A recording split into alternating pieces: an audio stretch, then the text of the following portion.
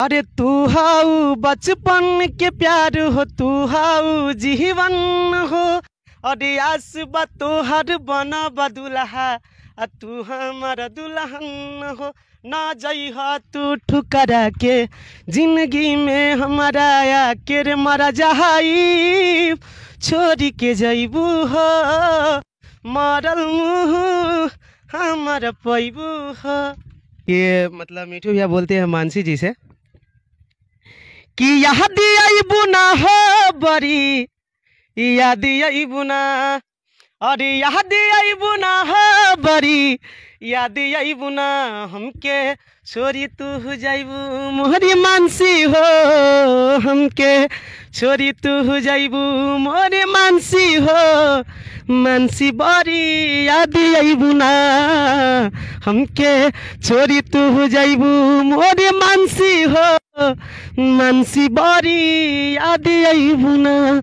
अरे साथ न छोड़ी हा अन्ना दिल तोरी हा, कुछ दिन बाजी नगी हमार हो। खुद चली जाइबू हम ये तना दूर, तब के करी तोहसे प्यार हो।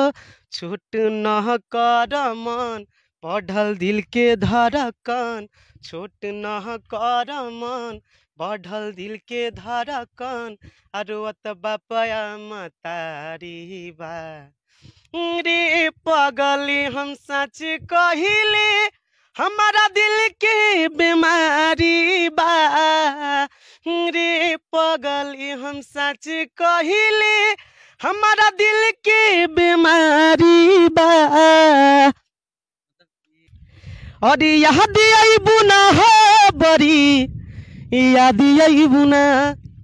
अरे याद आइबू ना हो बड़ी, याद आइबू ना।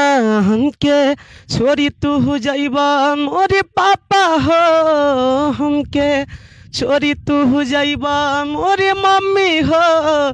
मम्मी बड़ी याद आइबू ना, हमके छोरी तू जाइबा मोरे पापा हो। पापा बड़ी याद आइबा ना। गाना है आइबू ना हो बड़ी, याद आइबू ना। अरे याद आइबू ना हो बड़ी, याद आइबू ना। हमके छोरी तू जाइबू मोहरी मानसी हो, हमके छोरी तू जाइबू मोरे मानसी हो। मानसी बड़ी याद आइबू ना, हमके छोरी तू जाइबू मोरे मानसी हो। मानसी बड़ी याद आइबू ना। कहने का मतलब मानसी हमें छोड़ के